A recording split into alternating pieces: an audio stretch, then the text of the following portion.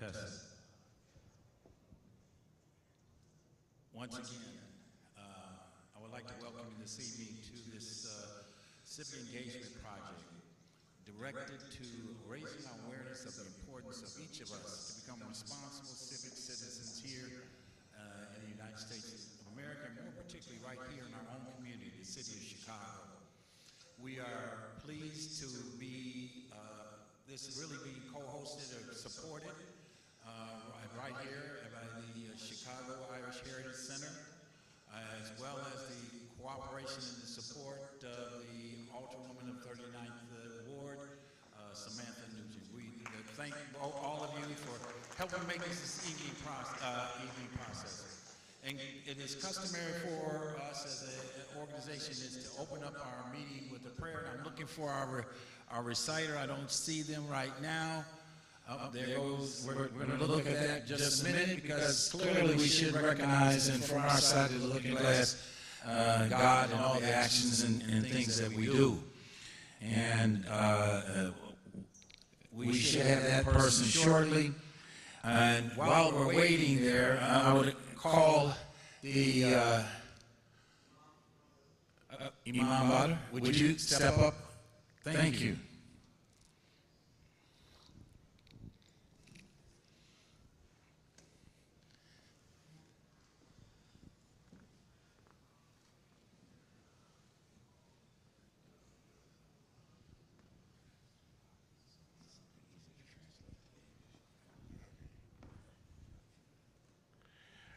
أعوذ بالله من الشيطان الرجيم. الحمد لله رب العالمين الرحمن الرحيم مالك يوم الدين إياك نعبد وإياك نستعين اهدنا الصراط المستقيم صراط الذين أنعمت عليهم غير المغضوب عليهم ولا الضالين آمين.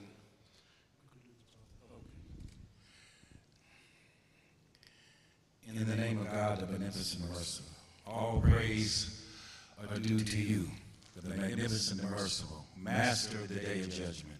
Thee alone do we worship, and thee alone do we praise. Show us the straight path, the path upon which is your blessings, and away from the path upon which is your wrath, or the path of those who have been led astray. Once again, we look at this as let's say, a part of Muslims' prayer every day, to remind us that notwithstanding the importance we may assign to what governments do and peoples do, that still it is important for us to be God conscious, to allow the values that we commonly share to dominate our actions and our interactions with everyday and with people. So with that as a backdrop, I would like to now welcome to the stage the chairman of the Council of Islamic Organizations, Irshad Khan, to offer some remarks, welcoming remarks.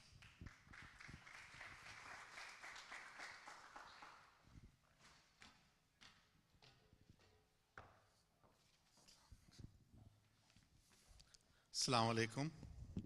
The greetings of peace to all of you. First and foremost, really want to thank you all for joining today. I'm super excited to see all of you, even though it's such a day today to be out, but I really appreciate that you taking time to be here with us today. It's honor to be here today and celebrating in this iconic building in the city of Albany Park neighborhood of 39th Ward. And I want to thank our Alderman, Samantha Nugent, for co-hosting today's event with us. Thank you for that. And also I want to thank the Executive Director of Irish Heritage American Center, Meg Buchanan. Thank you for hosting us this evening. CIGC is really appreciative of this opportunity to be together today and celebrate. As you know, we are in our 30th year of anniversary, and this is what we do, and this is what we have been doing for the last 30 years. And then we have been collaborating communicating and making sure our Muslim voices are heard in the civic space. And today, I also want to thank the Vice President, Executive Vice President, Margaret Mardiquez from League of Women Voters of Chicago for being here today with us. This actually goes back to what we have started 30 years ago, engaging our community in the civic engagement space. And we will continue to do that because we feel that this is a really important step in the direction of getting our voice heard and have a representation in the government office with our communities. I'm really happy to see our youngsters here today. We are passing on the baton to you, and we would love to see you in those offices one of those days and continue to work in the civic space.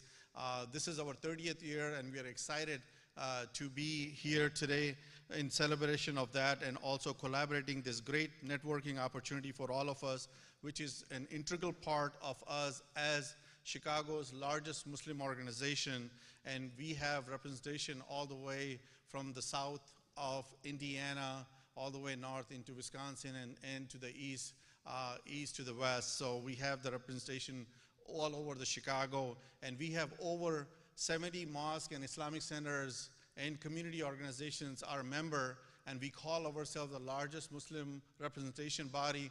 We represent more than 500,000 of Muslims in Chicagoland area, and we are proud to be their voice, and we are proud to be representing them in the civic space. And today's event actually speaks for that.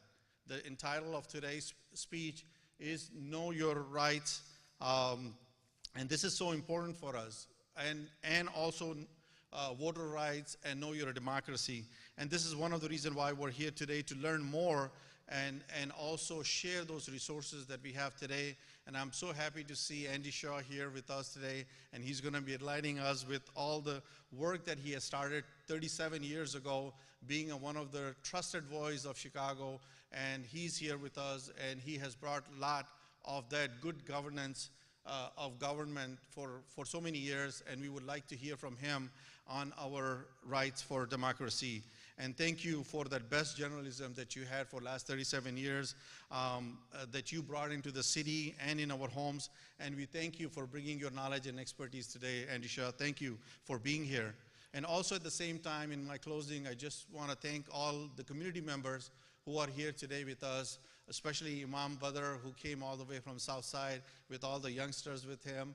Thank you for joining us. We have a leadership from this area, MCC, Brother Masood Bijapuri, the president of the MCC, joining us. And then we have a leadership of ICCD in Des Plaines joining us. So thank you for joining us. And we have Dr. Bashir there from CMMA, one of those organizations that are a member of CIGC. And we have a lot of representation from others as well. And we have Brother Salman Aftab and a few others, community influencers who are here with us today in support of this. So with that, I really do want to thank you all for coming out tonight and enjoy. We have a very full evening, and we have a lot to learn from the experts, and I'm really looking forward for it.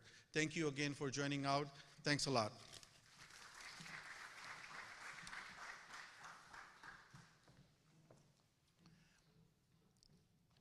At this time, I would like to welcome to the stage Meg Buchanan, the Executive Director of the Irish Heritage American Center. She here? Here she comes. You know, as she's approaching the stage, I just want to remind the audience, you know, as our chair outlined the reach of us, the Muslim community here in Greater Chicago, it is also important that you here, the members, the supporters of the Irish Heritage American Center have welcomed us in here, because this is a civic event tonight, and it's important that each of us recognize we are all civic citizens trying to build a better America for all of us. So with those preliminary remarks, let me welcome once again Meg Buchanan to the mic. Welcome, everyone, and it's our pleasure here at the Irish American Heritage Center to support the most, I believe, our most important right as American citizens, the right to vote and to participate in our democracy. And it's our pleasure to have you here. I'd also like to thank Alderman Nugent, who always reaches out to everyone in her ward and community to make sure that we all have opportunities like this. But you're welcome here now and anytime. Vote. Thank you.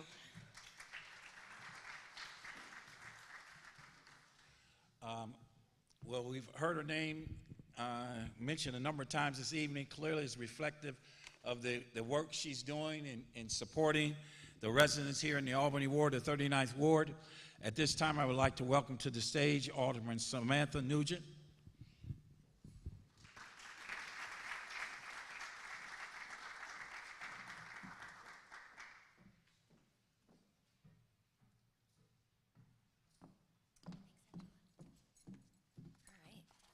Thanks for that kind introduction. Good evening, everyone. Welcome to the 39th Ward. For those of you who haven't been here before, this is quite the place, and it's central to our ward, the Irish American Heritage Center. I also want to thank Meg Buchanan, the executive director here and the Heritage Center, for hosting us tonight. Also, thank you to the Council of Islamic Organizations of Greater Chicago for hosting this event on an incredibly important topic. You know, we have a huge election coming up on June 28th, and each election is a chance for you to have your voice heard when you cast that vote. And voting is one of the most important cornerstones of our American democracy, and it's a fundamental right. Repeat, a fundamental right. It is just so critically important, and unfortunately, sometimes people attack this right with laws and rules that limit the who, the what, the when, the where, and the how of voting. That's a real problem, and we're seeing that turn up in a lot of states over the past year. In local politics, particularly state legislatures and Secretary of State offices, is where you're seeing a lot of this happen, which is why it's so critically important that you do exercise your right to vote this June 28th. What I'm mentioning isn't anything new. We've been fighting for these fundamental rights and principles for hundreds of years now. Tonight, though, I think you have an opportunity to learn from some experts and ask questions so that you can be an educated public, which is so important. As alderman of the 39th Ward, it's my job to work really hard to make sure that we get our fair share of city services delivered to this neighborhood. Things like garbage carts getting picked up, streets getting swept in the summer, and snow removal in the winter, all quality of life issues. And as I scan the room tonight, I see many friends and partners in the community who help me deliver those city services all year long. So thank you all. I know I see you and I know who you are, and you help make our community better. You know, another important part of my job as an alderman is making sure that the voice of my community is heard. And while I represent our collective voice at City Hall, the ballot box is really where our voices are heard equally, and we get to choose leaders who advocate on our behalf. So again, I want to thank the Irish American Heritage Center, the Council of Islamic Organizations of Greater Chicago. I also want to give a shout out to our friends from the MCC who are here, and also I know Andy Shaw will be following me. He's incredibly talented, and I think you'll learn a lot from him. So thank you, and enjoy and have a wonderful evening.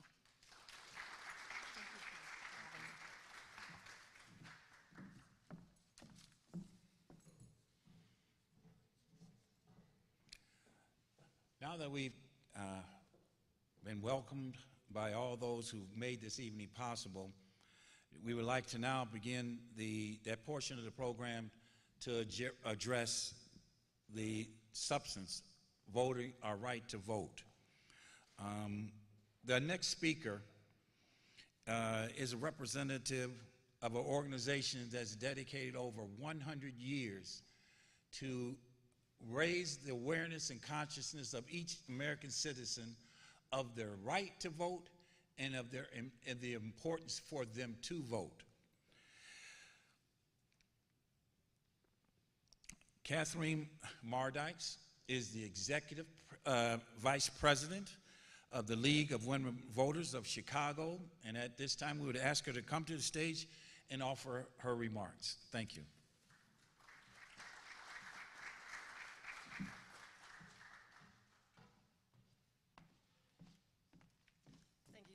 so much for that introduction, and thank you for inviting me. I hope this is the first of many collaborations with the COGC. How'd I do?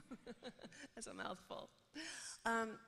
Normally when I do this, I'm talking nuts and bolts. What do you do? How do you do it?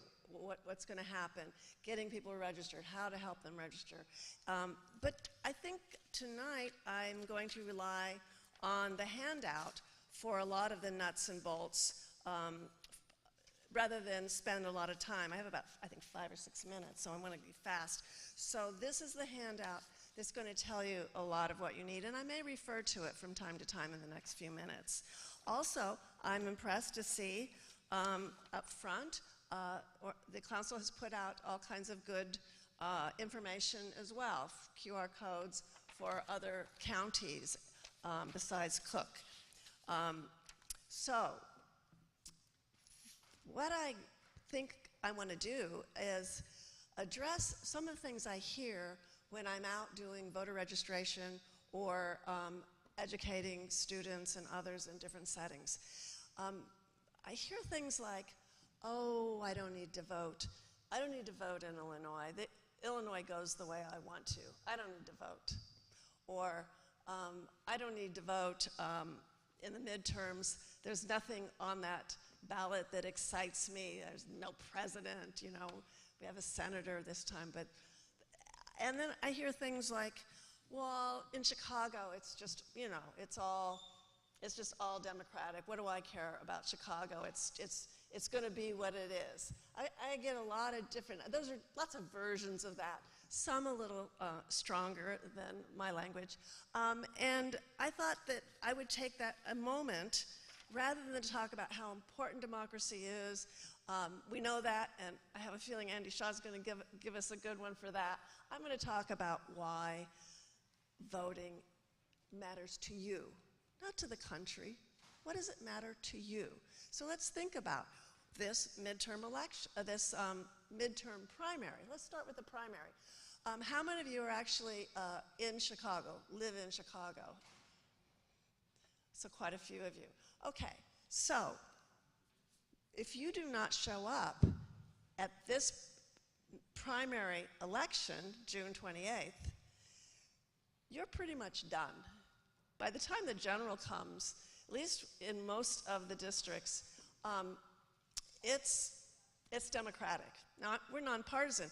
I'm not making a partisan statement. I'm just being descriptive. If you don't get yourself to the polls during the primary in Chicago, all the decisions will have been made for you. And that's important. It's important for you to choose who these different people are and which ones are good for you. What else is on this ballot? This ballot has Secretary of State. Well, we know nationally how important the Secretary of State is. We hear it on the news every night. We hear they're the last, you know, bulwark against all kinds of craziness. But what's the Secretary of State to you here in Illinois? Because we do have a great record for voting rights, by the way. And here in Chicago, we have one of the best boards of election. They will bend over backwards to make sure that everybody gets registered and everybody is able to vote. So yeah, maybe we don't need to think about our Secretary of State as much as, say, Georgia does. However, who is the Secretary of State, and what do they do? More important probably in some ways for you than president, because the Secretary of State has all kinds of services that you use all the time.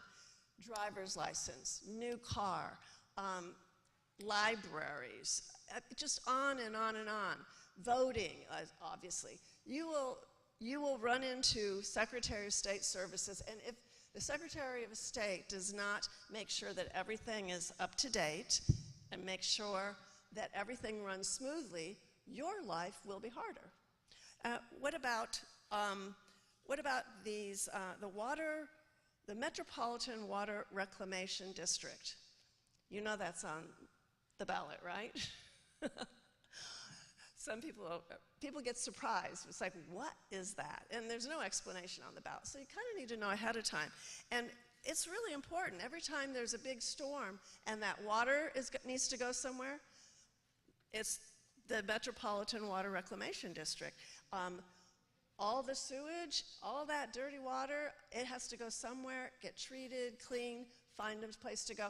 Really important stuff. And we elect the 9 members of the Board of Commissioners of the district. And so it's really important to take a moment to do that. And finally, the most painful of all, the judges. We all hate it that there's so many judges on the ballot. We all do. Now, the primary, there aren't as many because basically you are going to be choosing the judge that will be running in a vacancy. So you're not going to see all of those 100 plus, it seems like. I just lost my word. You know, where you have to vote yes. I forgot the word. Thank you. I am getting older. I think a little senior moment in front of a microphone. Retention. And that's where you have to do yes and no. And I have to say, it's really important to make sure you get that you look at these judges that are running now, because once they're in, it is really hard to get rid of them because everybody loves to just go yes, yes, yes. People who haven't studied them, they say, what the heck? I like to finish my ballot. So they just start marking them.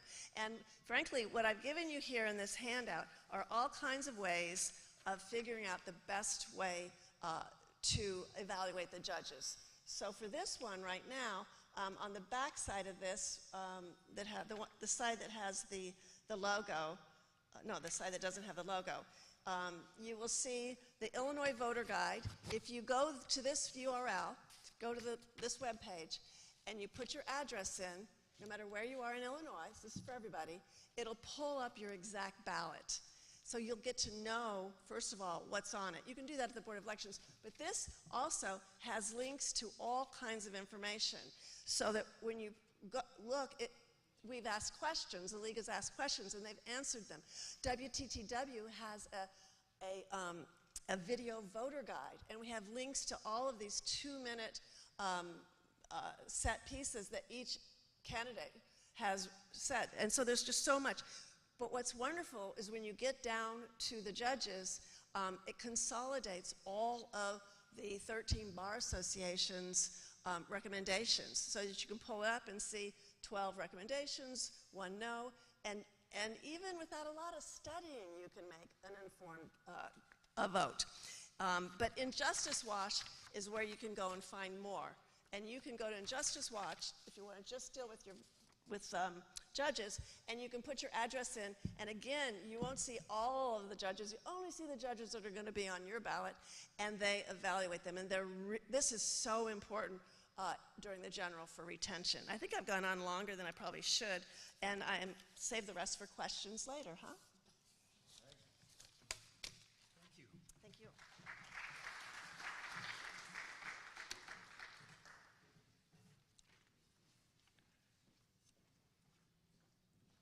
You know, the city of Chicago has a colorful, well, maybe some would say dark history.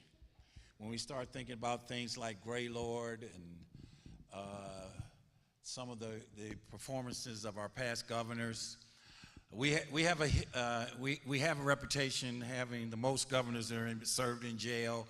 So, and how does these things happen? It's that concept that the League of Women Voters is always challenging: voter apathy. Each of us must assume the responsibility to become informed, to learn, as she gave you an outline. I know for my family, as a lawyer, I give my family the bar recommendations list so they make right sessions on judges. But these are some of the things, and that please turn to those resources to help us. But our next speaker here is really going to prod us and give us examples of why it is important to vote. I just highlighted a couple of points in terms of the colorful history, political history of our city, of our state. But our next speaker, the keynote speaker, Andy Shaw, has been a political reporter for over 37 years. And in that time, many of us have witnessed his reports on ABC News, in essence, at the Epic Center, identifying the corruption as a member of the Better Government Association. This is a committed person to bring to you the information and facts you need to know. And he's been gracious enough to join us this evening to share what each of us should know as responsible citizens as we approach the June 28th primary, what we should do, what are our responsibilities with respect to this treasured right, the right to vote. Mr. Shaw.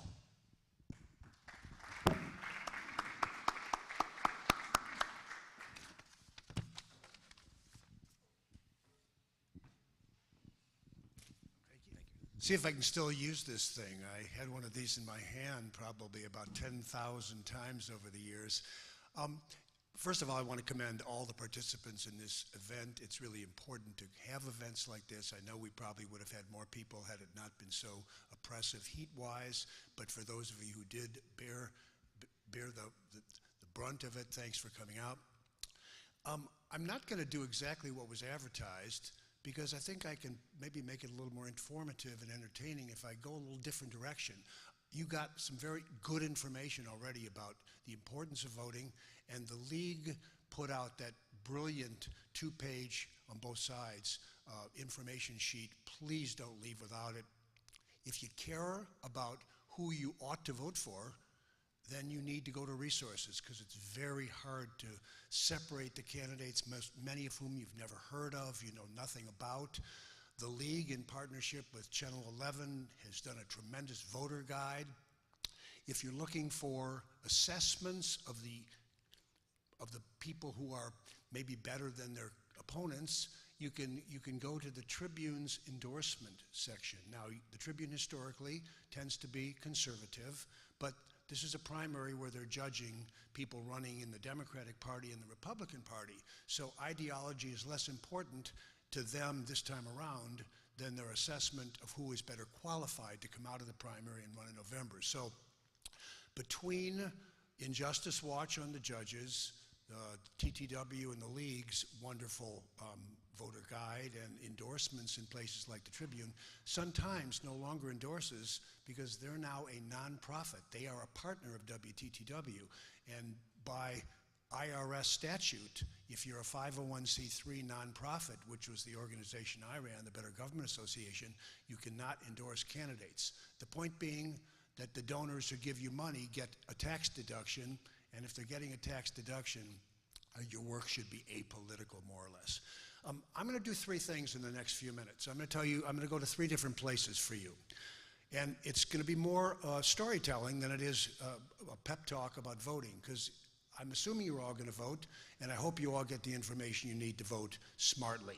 I'll never tell you who to vote for, but I will tell you to pay a little bit of attention to the candidates.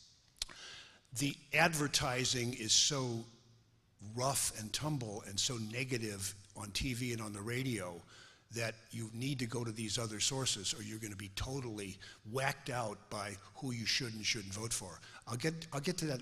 I'm going to do three things. I'm going to talk about primary elections, I'm going to talk about the media, and talk a little bit about government. Primary elections. Primary elections have absolutely abysmal turnout, terrible turnout. And that's for several reasons. Now, this is national. In states like Illinois, you have to declare a party preference to get a ballot. You have to basically take a Democratic ballot, a Republican ballot, or a Libertarian ballot.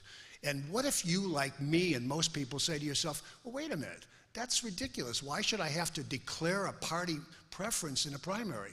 Maybe I want to vote in the Democratic primary for this office, and the Republican primary for this office, and the Green candidate in this office, I'd like to be able to vote in whichever of these elections I'm most interested in.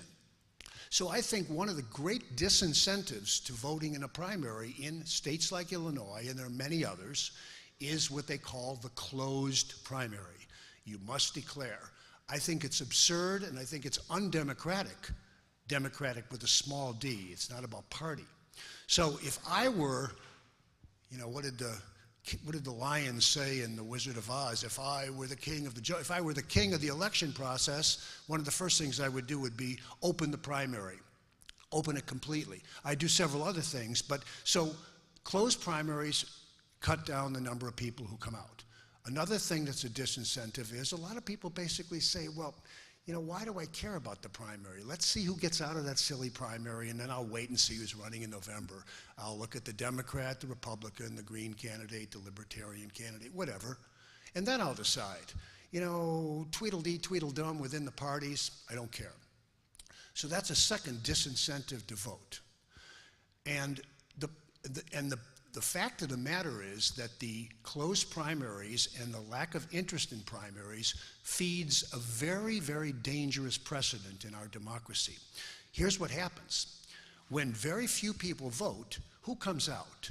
The people who come out are in several categories. One, they are hyper-partisan. In other words, they are really serious political junkies. They care about specific issues, whether it's abortion or guns or taxes. And they tend to be far left and far right. They're strong conservatives and strong liberals, and they care deeply about who comes out of their primary, so they're going to vote. But they're going to tend to skew toward the more conservative party candidate in the Republican primary and the more liberal candidate in the Democratic primary. So that group comes out, and who else comes out? People who know the incumbent are also going to come out because they might work for him or be his family member or neighbor or friend. And so he or she is going to have a built-in advantage because his or her followers are going to come out and vote. So you're going to get the ideologues and the incumbent supporters and not that many others. So what happens? When all is said and done in the primary, the winners tend to be extreme on both sides. Republican Party tends to support people who are far right, Democrats the other. And what does that mean? That means that in November, when you actually pick one of these people, you're going to be sending to Springfield or Washington, D.C. or someplace else, you're going to be sending to those places the most ideological and extreme people. Now, what kind of good legislation are we going to get done when you have extremes on each side? This is what has created the polarization. The fact that the survivors of the primaries tend not to reflect the views of most of the voters, the moderates, who haven't bothered to come out. They reflect the views of the small, dedicated cadre who do come out. And so when you get to D.C., you have gridlock.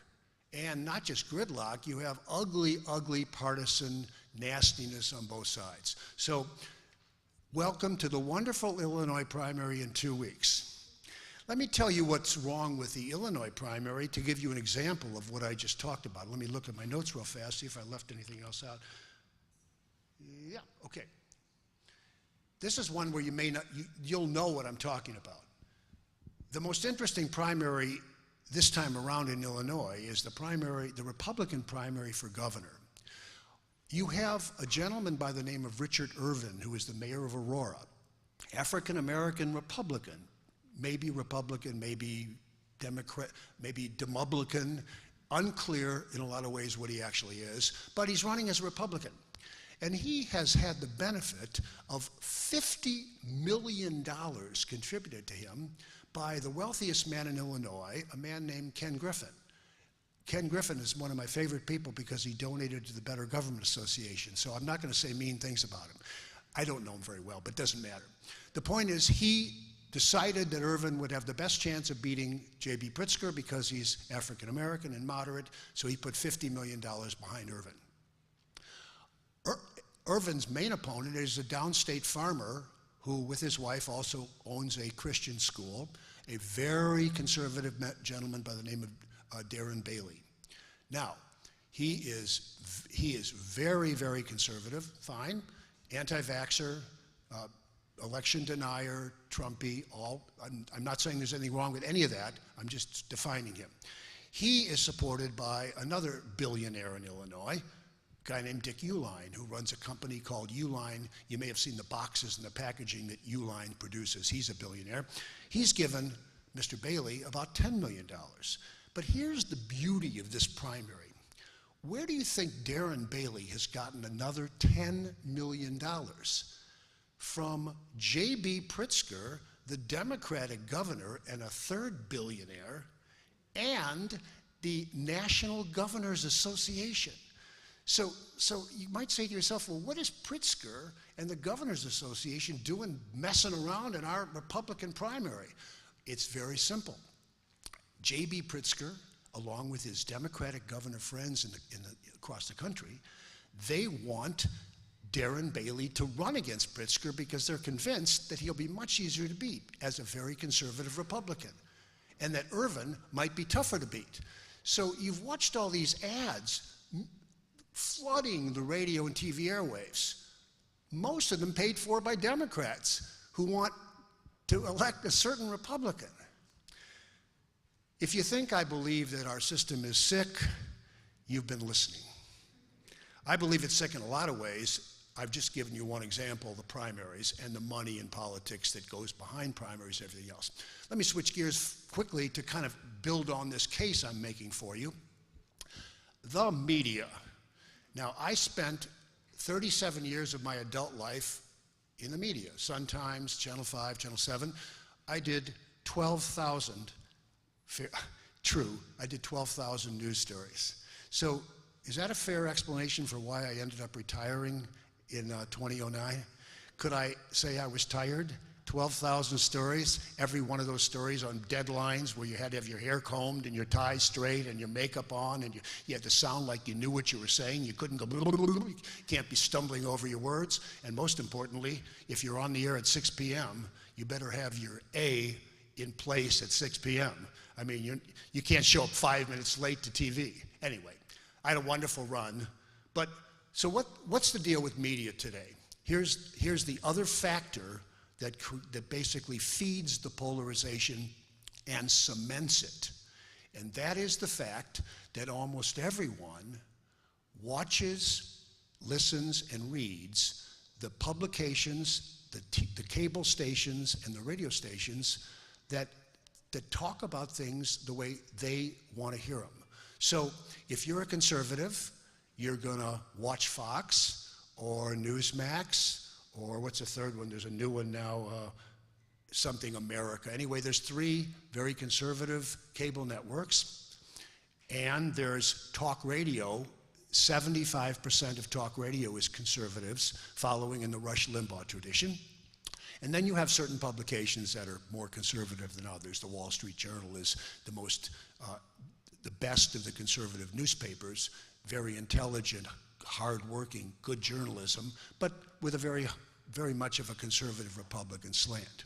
So if you're a conservative and a Republican, you're going to get your news from those places, and in those places, you're going to hear a good argument for not using vaccines, and a good argument for questioning the way the election came out, and a good argument to keep your guns, and a good argument to ban abortions, and you're going to have all those points of view carefully reinforced, and everything that the other side says will be denigrated.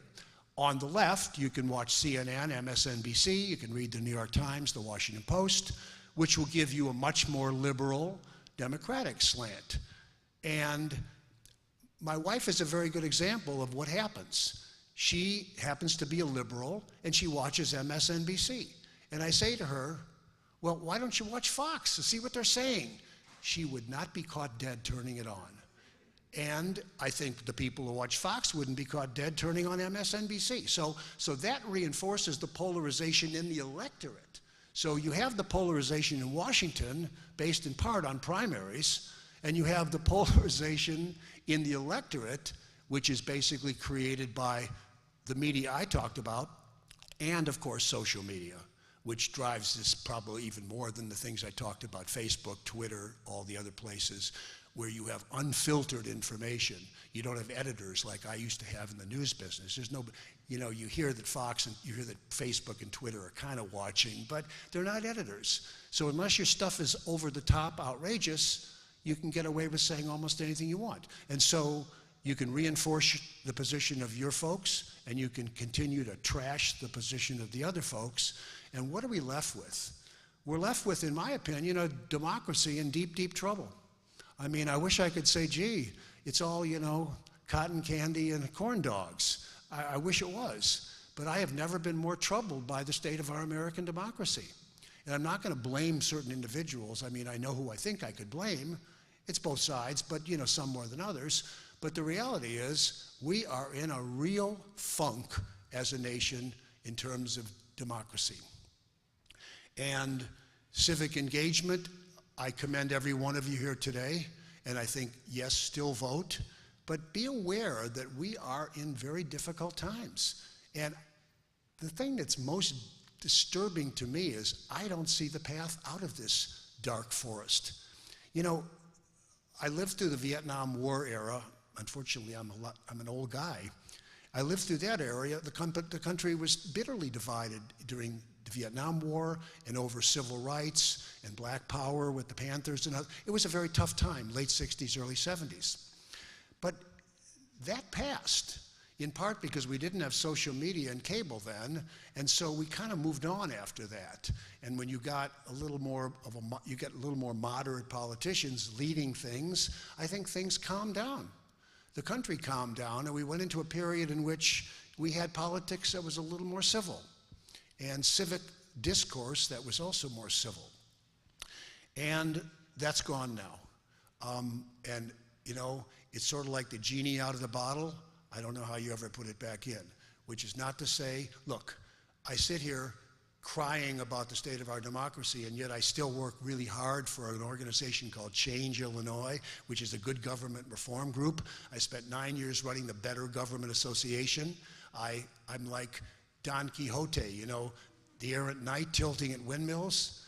But, you know, you got to do it. You got to do it like the League does it, and some good people do it. We have to keep the fight going. Before I finish with some government thoughts, am I okay here? Are we all right? You're the man. Okay. One of many.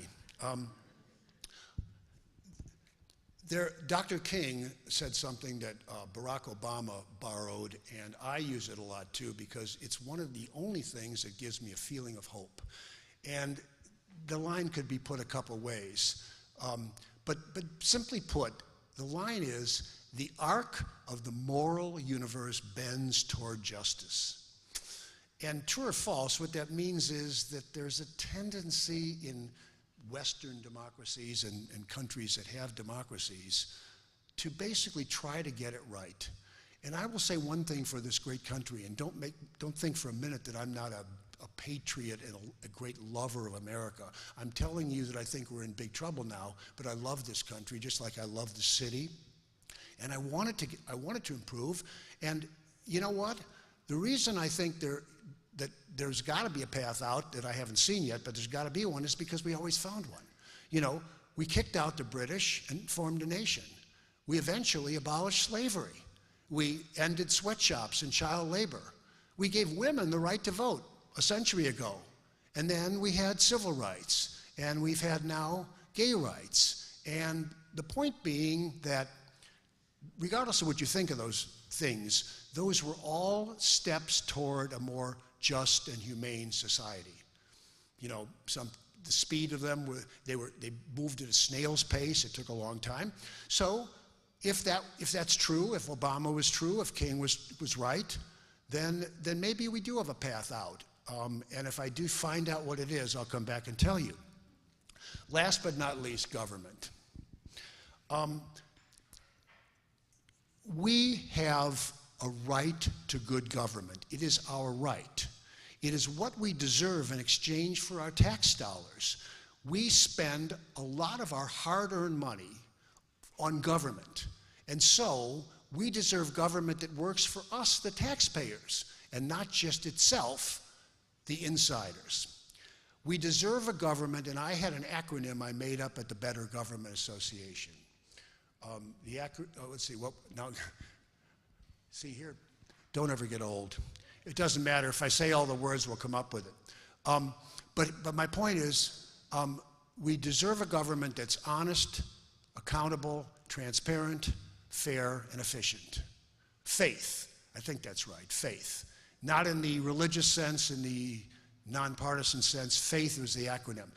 And I always had a little joke there. I'd say, well, the acronym fair, accountable, integrity, transparency, honesty, and then efficiency.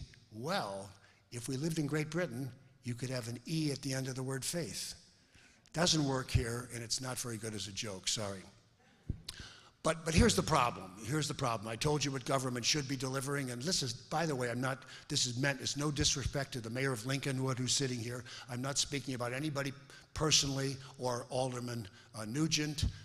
This is a generalized comment about the state of affairs.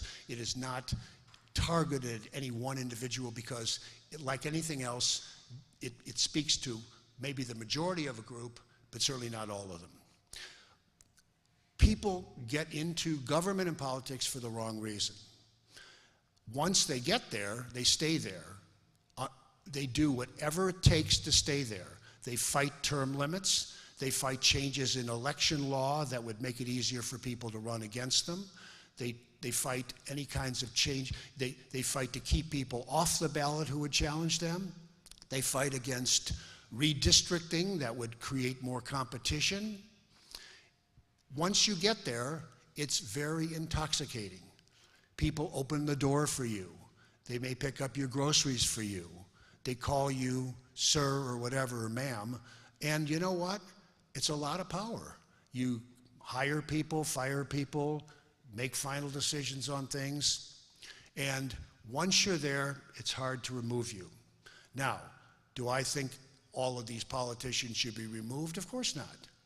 But one of the things that incumbents have done historically is made it harder and harder for people to kick them out.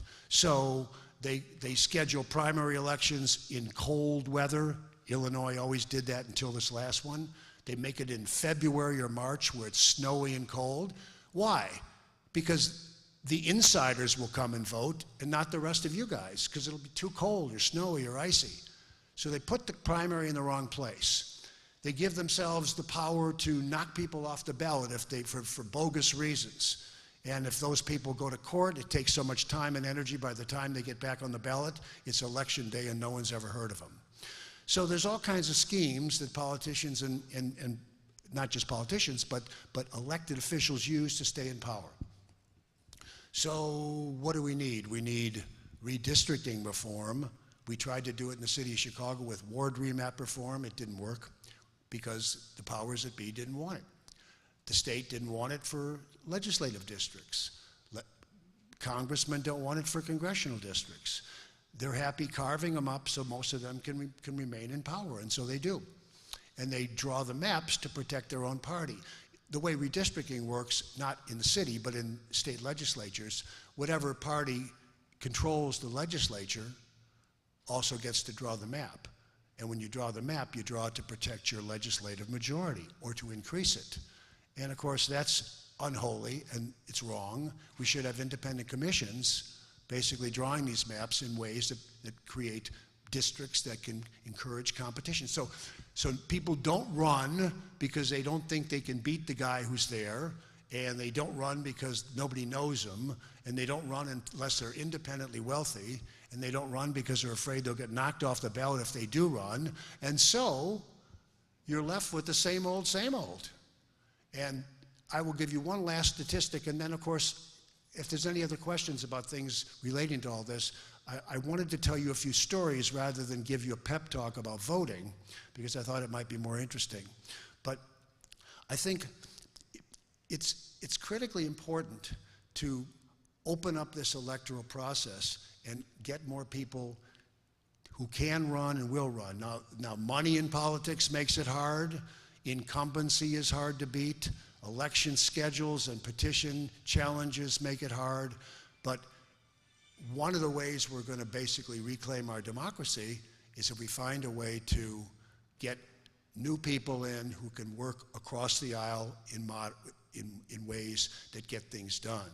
And the last thing I'm going to tell you is there's a national campaign going on that is going to take forever, but if it was successful, it could change the whole system, and that's called ranked choice voting. And the way that works is, instead of Democratic and Republican primaries, you have one big primary. Everybody runs. 20 people can run in one primary, and the top 3, 4, or 5 actually move on to the general election. And then when they have the general election, you can only win with 50% of the vote. And after the election, whoever loses, the people who voted for that person, the people who vote, make it more simple. If you finish 5th in a 5-person race, whoever got the most of, you vote for 5 people. 1, 2, 3, 4, 5. If you come in 5th, whoever got the most of your second votes, whoever was most second, they get those votes. And so eventually what happens is the votes get shifted around in ways that make it much more likely to elect somebody who's more moderate, because on the extremes, you're not going to get the second and third choice votes. I kind of botched the explanation, but I think you get the point. I mean, if we ever get to a point where we try this in Illinois, I think it'll be explained a lot better, and I'll explain it a lot better. But anyway, so I'll leave you with this note. The political scene right now is dark. It's dark, and there's a lot of reasons for pessimism. But this is still the world's greatest democracy, potentially. And we have, this room is filled with people who probably either weren't born here or their parents weren't born here, and they came here. Why? To escape, whether it was religious persecution or economic deprivation or whatever it is. They didn't come here for the perfect climate, we know that. But they did come here because the American dream is a real thing. You work hard, you can do good, you can put your kids through school, and they can do better than you. A lot of that stuff is still possible, and there's no place in the world that people would rather come to. Maybe they should start rethinking that, but for the moment, we still have more people who want to come here than anywhere else by a mile, and the opportunities we provide for people to get ahead in this country are remarkable. But our education system needs a lot of work, our political system needs a real overhaul, and our governmental system needs a lot of new rules and laws that make government work for us, the people, and not the insiders. So with those cheery notes, I think we'll just take any questions you have. And if I depressed you, I'm sorry, but I couldn't be worse than the hot weather, right? Andy,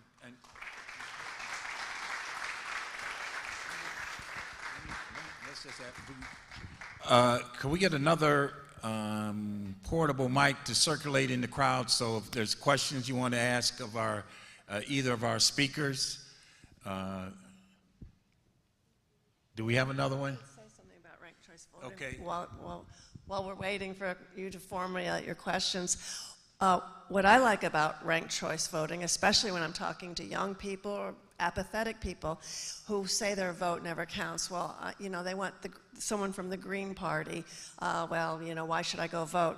Well, with ranked choice voting, you put your Green Party candidate at the top, then you put if you're thinking climate, you put your next climate, enthusiast below, and okay, Green Party doesn't get first, but whoever's second, so that your vote counts because you voted 5 times. So all 5, so that maybe your third favorite actually wins. Well, that is going to be something for you. Your vote counted. So I think and young people, it's really important for them, because they often say, oh, what am I going to do? My vote doesn't count. Do we have any questions? Are you all prepared now for June 28th? All right, now here. I think I've sufficiently depressed the entire audience so that no one can even open their mouth to ask a question, let alone frame one. Keep on smiling, though. I mean, why not? Let me offer this, and I think it really came to the last points that Andy Shaw just shared with us. Notwithstanding the challenges that lie ahead to really make this democracy work for each and every one of us, there is the light. The light being we have the power to do. All we need is to have the will to do. If we take this, particularly as young people coming up now, and you're saying, how can I get a chance? If you don't get involved, your voice will not be heard. If you don't get involved, you will be marginalized. A lot of us embrace this government for that particular reason. The notion that what I have to say does matter, and I can have an influence on policies that direct and govern me. This is the only way it's going to happen. As you said, notwithstanding this is the primary, you can't sit at home complaining. You have to get out and vote. And let me just say, I vote in every election, even though I said that there's all these problems. But one of the things I do before I vote is I study the races.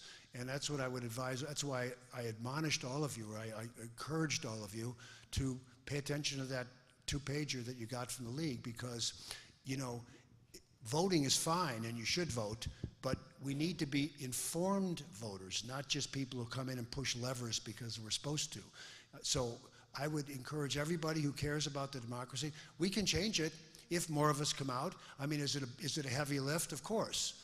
But it starts with, first, the commitment to vote, and then secondly, the commitment to figure out who to vote for, who reflects our values and our ideology, and who seems to be honest. And I want to give you I should have given you one bit of optimism. There are a lot of people out there who want to do the right thing. There are a lot of public officials who really do believe in better government and cleaner politics and less partisanship. The problem is they're the minority now. What we need to do collectively is identify them and try to elect them, and hope that over the next decade or two, we can slowly move this Titanic of a democratic ship away from the iceberg and actually home to port with a cleaner democracy. Mr. Shaw, can I ask you a question? What is the criteria of petitions, and why is it different? Like some petitions have 2.5%, but MWRD has more than even governors. The count is more than governors. Right. I didn't mention that, but this business of how many you mean the number of signatures you need? Yeah, that's absurd. And I can't remember. There was a very good example. You may know it, and I don't. But I think you need more. I'm exaggerating here, but you need more signatures to run for dog catcher than you do to run for governor. Now, it's not that bad, but the thing is, some offices require 10,000 signatures. Other offices require 200 signatures. When we reform our government, one of the things we must reform is the petition process. We need to have the proper number of signatures required that make it possible for people to run, and then we need to clean up the process by which elected officials knock opponents off the ballot, which is really just totally unholy. Yeah, I think you need more signatures for an alderman than you do for U.S. office, for representative or any of the others. It's pretty crazy. I was going to say, because you were looking for hope somewhere, and honestly, democracy is not a spectator sport. And in some ways, the darker you paint it, the more people need to be involved. And I think the more people want to be involved. And so the way out of this is voting. All this that we're talking about is also the solution. And there are a lot of good people in office. Unfortunately, because of gerrymandering, we've got a lot of crazies who are working against them. But we've got the courts. Elect those judges. Appellate judges are so important. We can use these things to get out of this. But the real the real, silver bullet is voting. Truly is. Let me add one addendum to that. In addition to voting, it's your right to assemble and demand change. If we as a group came together and supported some of the reforms that Andy Shaw has just spoke to, we can get that. Gun control is probably one that is affecting most of us. I know that's on the agenda for the Council of Islamic Organizations, and I'm sure it's definitely on the League of Women Voters. We have to put the heat on those that feel they're entrenched and they don't have to respond to you. We know they will. With the outrage and the protests citizens made across this country, now all of a sudden the Senate has come up with a bipartisan resolution to reduce, to address gun control. So even when we start talking on the local level, if we as a community feel it's not fair to have to get these many more signatures to run for alderman, then we need to petition those that make the rules, which is the city council, to change it. It can be done, it will be done, if we all step up and get involved. And they go together. Rallies, demonstrating, and voting. I've been to women's marches. I went to this last March for Your Lives rally, and you would be shocked how many people I registered to vote who've never voted before.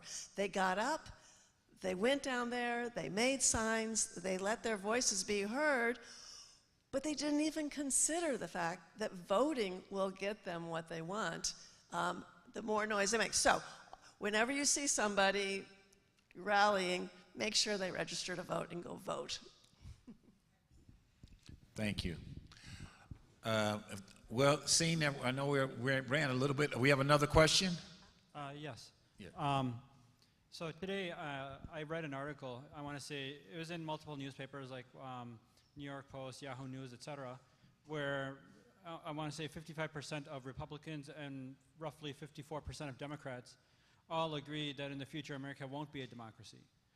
And I got here just a little bit late, but perhaps you covered it in the beginning, but I want to get your thoughts. Do you guys agree with these survey results? And if so, or if you don't, just interested in hearing your thoughts on this particular survey. Did you say they don't believe in democracy? What's No, this? so roughly 55% of Republicans and roughly 54% of Democrats. So it's multi-party. It's almost, it's the thing that's unifying Republicans and Democrats together, that American democracy, as we know it in the future, will no longer be a democracy because of the great divide that we're currently experiencing. Did that make sense? That's one depressing statistic. They've been. Well, look, it's sort of like consumer confidence. The surveys are taken every month, and I think that reinforces what I've just been telling you. The desperate straits we're in. Again, though, does that mean we can't ever come out of it? I said I don't see the path out now, but again, I'm not a seer. I'm not a prophet. So there could be a way out, just like there were probably days when people thought we would never abolish slavery, that women would never get the right to vote, that there'd never be civil rights or gay rights or an end to sweatshops and child labor. So these fights, though, take sometimes decades, which means my failure to see a vision for a strong democracy going forward only means that I can't see down the road that far. But to your point, there is a serious authoritarian threat, very serious. There's a very serious threat of nationalism. I mean, as minorities get more rights and we bring in more people from foreign countries, there's a backlash among people who feel like it's their country, not the people coming in. And those people are fighting to keep, depending on who you talk to, whether it's a white Christian country that doesn't want blacks and Latinos and Muslims and Jews and others, that's a part of it, or they don't want the government to be spending money on a lot of, poor people who either aren't working or are too violent, and as a result, they don't believe in the government we currently have. They don't believe in the tax structure we currently have. There's a lot of grievances. Many of them, I'm not saying they're either legitimate or illegitimate, but when you add up all the grievances people have right now, you can see where there's this pessimistic feeling nationally.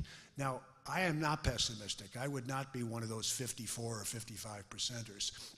I told you that democracy is not strong right now, but I don't think it's going away. But I will say one final word on that.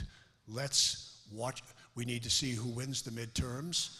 If the Republicans take control of the House and the Senate, that's going to change a lot of things. And the winner of the presidency in 2024 will probably be that, plus 2022 will give us a real sense of where we're going. The scary thing now is that a lot of states are basically electing people who believe that the election was stolen, and they want to change the election machinery, make it harder to vote, easier to discount votes, and that has the potential to change the outcome of a lot of elections. Probably a good time to go to law school if you're a young person, because there'll be an awful big demand for election law. Anyway. Constitutional law. Yeah. That statistic I just want to point out is also a perfect example of what Andy was talking about, the media and everyone in their own echo chamber. If you were to ask the Republicans in that survey why they think democracy is failing, they would say because this election was stolen, and they would give you all of the noise about fraudulent voting, right? And then if you ask the Democrats, why do they think that democracy is imperiled? And they will talk about January 6th and the insurrection. So they happen to agree, but they're agreeing because of completely different evidence. Huh? Yeah, totally polarized. Totally polarized, but they seem to agree on one thing, don't they? One good thing, we're not polarized. Not here, not tonight, not now. When we've had, I never really imagined I would be this evening here on the stage with a representative of the League of Women's Voters, that we would have that constant fighter to bring transparency to government, Andy Shaw, or for us to be at the Irish Heritage Center. This is where concerned citizens are coming together to address the issues of making sure that we have a good, fair, and equal democracy. So with that, I would like to thank you for joining us this evening. And let me just end by making this couple remarks. This is a strong mission for the Council of Islamic Organization to get involved in civically, not only within our immediate community, but with other civic partners to advance the interests of our country, of our neighborhood, of our city. These include candidate forums, voter registration drives, town halls with elected officials. So we encourage all of you to join with us to build a better America for all of us. And with that, I would like to thank you for joining us this evening.